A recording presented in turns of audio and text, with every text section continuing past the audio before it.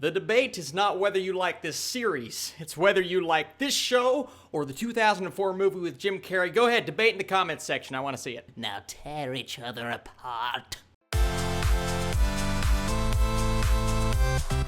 What is up, Flick fans, and welcome back to my channel. Today we are talking about the brand new season of a series of unfortunate events. Unfortunately, that's funny. The final season of this show, a show that started out a bit rough for me, but I slowly started to love these characters. I love Neil Patrick Harris's performance as Count Olaf. He's so animated, especially in this season, and I am ready to talk about season 3. If you guys don't know how my reviews work, I like to talk about the good, the bad, and then give you my score. I'm doing Netflix-related videos every single Friday. This week it dropped on a Tuesday, a bit confusing, but Fridays are for Netflix shows and movies, but right now we are talking a series of unfortunate events season 3. Let's get right into the good.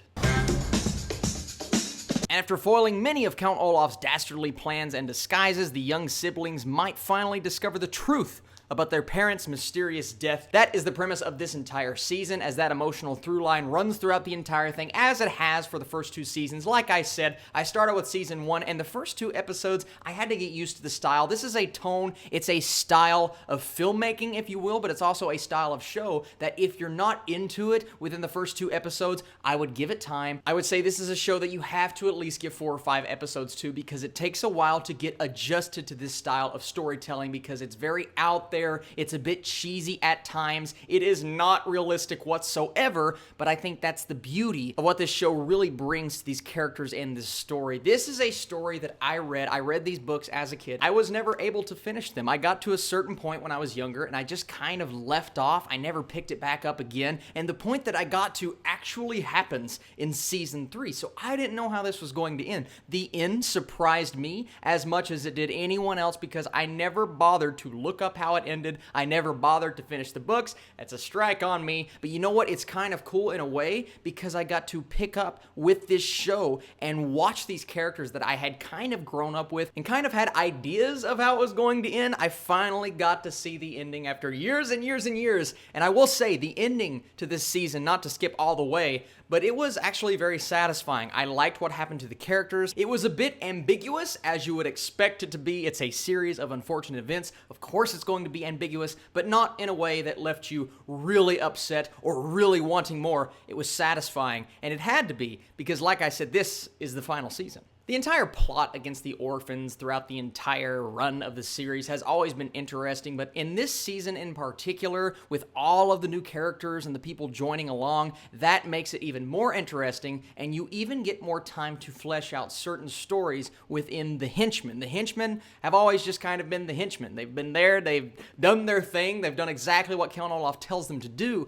But in this season, the henchmen, one in particular that I'm thinking of that at the end of the day, I loved his/her character, no spoilers, of course. That storyline with Sonny, everything that was kind of set up in season 2, it really starts to get fleshed out, and I love their relationship. I love seeing them on screen every single time that they are together and talking, if you will. I really like that storyline, and this is just kind of a testament to this season in general. It starts to flesh out storylines that you don't anticipate being fleshed out. You get to see certain characters, more of them than you got to see in prior seasons, and then you get to see these relationships kind of come to fruition. And while certain relationships are way more interesting than others, it's still cool to see all of the depth that I did not expect from the first 2 episodes of season 1. I said, this show does not look like it's going to have a lot of layers, a lot of depth. But by the end of season 3, I was saying, you know what? I'm very satisfied with what this show was. A lot of characters got fleshed out,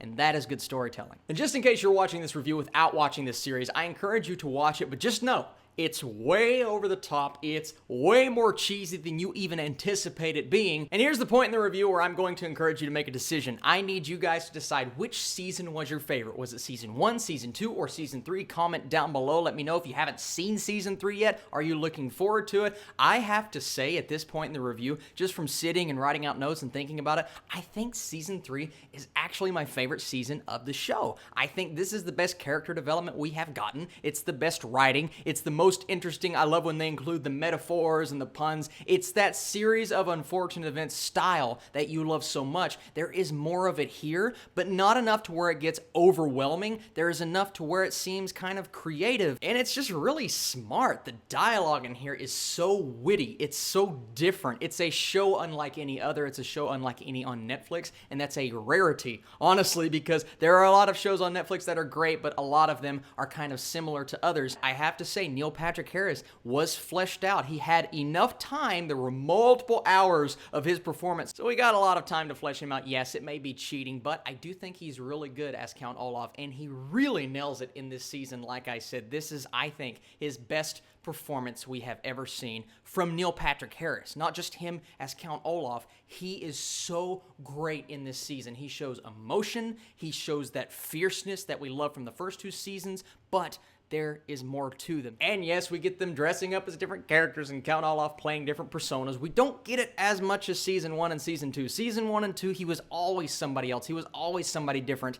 In this season, he's Count Olaf more than he is anything else, and I think that's fine. We get more time with him. We get more time to kind of ride towards that ending and get to the point that I think we all expect it to get to. But the siblings in general and the actors involved, I think they're all very good. Klaus has always been the one that I've kind of related to. Violet's great, but Klaus is my favorite character from the books. I love him. I love how he goes about problem solving. He's really good in this season. We even get to explore a relationship with another character. And may I say, this other character, the young captain of the submarine, is she not a young version of Tessa Thompson? Look at Tessa Thompson from Thor Ragnarok and Creed, and then look at this girl. They are identical in the way that they go about their performance, but they are both so good. This girl was good, and I liked her relationship with Klaus.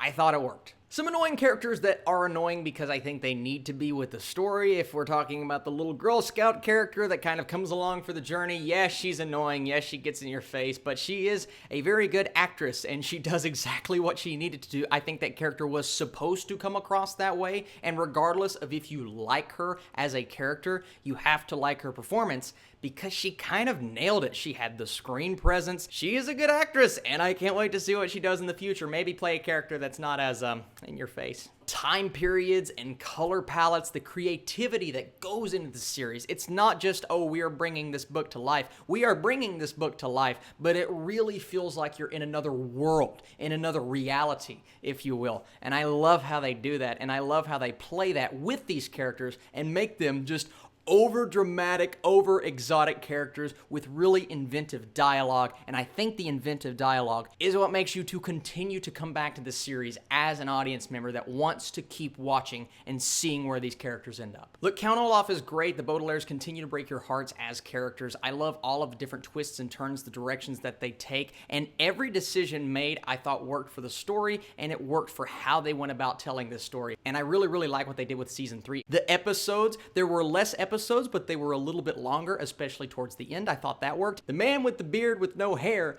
and the woman with the hair and no beard, played by Richard E. Grant and Beth Grant, two of my favorite new characters. You guys are going to love them. You're going to love how they were included, and Richard E. Grant, the fact that they got him, could be nominated for an Oscar this year. That's pretty cool. My big issue with this show, I don't have any major issues. It's the fact that you have to get used to this style. It's just a very different show. If you're not on board for the cheesiness, and if you're not on board for the storytelling and how they go about it with Patrick Warburton, who, by the way, is really good in this show, it's just something that you have to get used to and you have to test out. Give it more than 2 episodes. Thankfully, I continued with Season 1, and I ended up really liking how they go about the show, but it's just a style that you have to get used to. You have to adjust what you expect this series to be.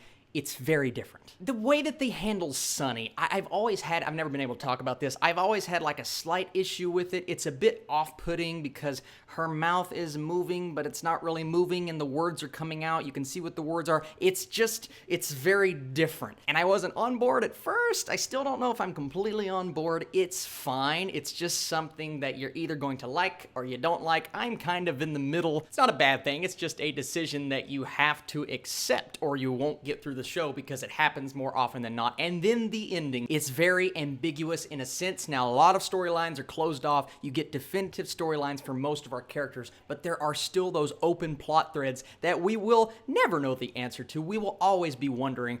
But in a way, I think that's part of the brilliance of this show. It always leaves you wanting more. It continues to leave you on a cliffhanger after every season. This kind of does the same thing, but it also closes off most of the storylines that you care about, and that is why a series of unfortunate events is worth watching in my opinion.